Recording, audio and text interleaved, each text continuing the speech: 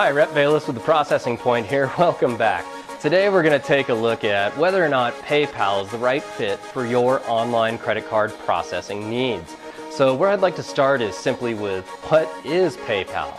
Well, PayPal is essentially a middleman that enables both businesses and individuals to accept credit card payments online for a fee. Now, they're able to do this for both individuals and businesses because they're actually a privately held company and not a bank. So they don't have to adhere to the FDIC regulations. Now, why do people like using PayPal?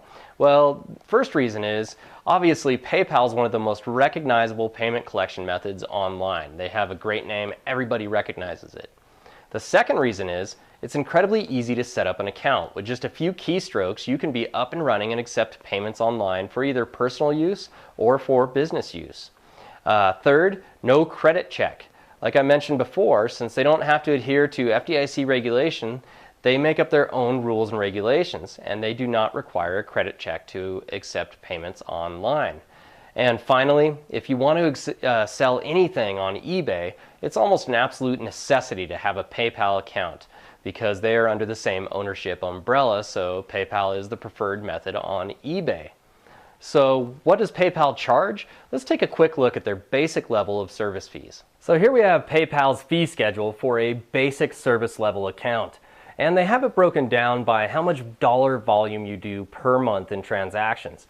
So the top level here is $0 to $3,000 a month. You can expect to pay 2.9% and 30 cents per transaction. If you do between $3,000 and $10,000, you can expect to pay 2.5% and 30 cents per transaction. And then of course, if you do $10,000 or more a month, your rate will be 2.2% and your per transaction fee is once again 30 cents. Now, if you're a business owner and you need either more functionality out of your credit card services, or if you need less restrictions on your cash flow, you'll have to upgrade your PayPal account, which will increase these fees, and also add on some fairly significant monthly fees depending on what service you take.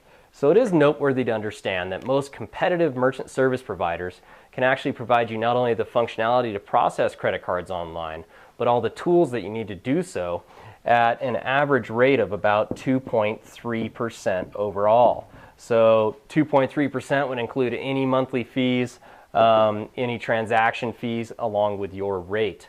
So before you can make an informed decision as to whether or not PayPal is a method that you'd like to integrate with your website, we should take a look at some of the downsides that other merchants have had with their accounts. So here we have a list of the top 5 most common complaints PayPal account holders have with PayPal's service.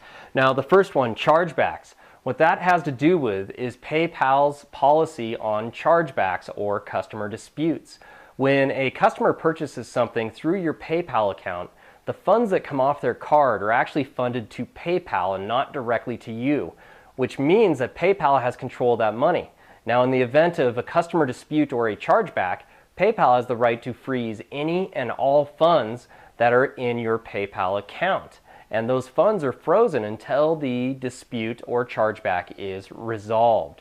Now this practice has actually led to a long, ongoing class action lawsuit, which is still going on today, because some merchants and consumers have been fighting with PayPal for years to get their funds released back to them.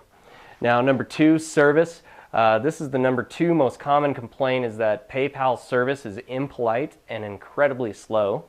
Number 3, security, actually is from the consumer's point of view.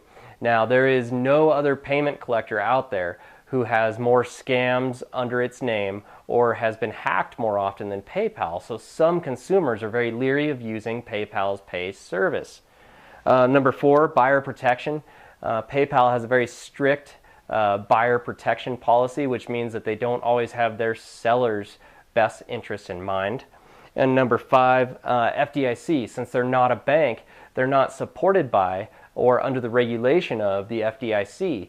And a lot of merchants are kind of leery of running their funds through any entity that is not supported by the FDIC.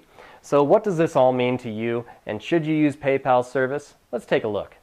So is PayPal the right solution for your merchant service needs online? So is PayPal the right solution for your credit card processing needs online? Well, here's my opinion. The whole point of any e-commerce website is to maximize the number of conversions from people simply viewing your site and turning those people into customers purchasing from your site. Now, you offer credit card processing or credit card payments as an option to them to entice them into an easy sale and hopefully get them to spend a little more money than they would have normally. Now, both PayPal and traditional merchant service providers accomplish these goals, but it is my opinion that you should definitely integrate the higher service levels and the vast number of products that a reputable merchant service provider could provide you. However, you need to couple that right next to a PayPal solution as well. Now, you may find that 99% of your consumers opt to use the traditional merchant service payment method and only 1% go to your PayPal option. However, what you've done is cast a wider net and guaranteed yourself that you have not lost any sales by not offering consumers their preferred payment method. This has been Rep Bayless with The Processing Point. I look forward to seeing you next time. In the meantime, remember to hop on over to the Merchant Doctor on Facebook and give us a like so that you can be a part of the Merchant Doctor revolution. And leave your comments and questions below so that you can be a part of the discussion.